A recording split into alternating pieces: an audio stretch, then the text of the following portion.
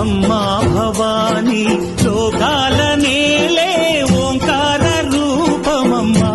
తల్లిని మహిమల్ని చూపవమ్మా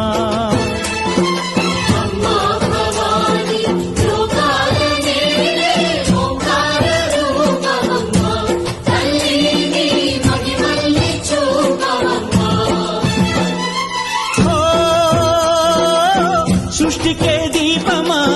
శక్తికే మూలమా సింహరథమే నీదమ్మా అమ్మ దుర్గమ్మ భక్తులను దీవించుమా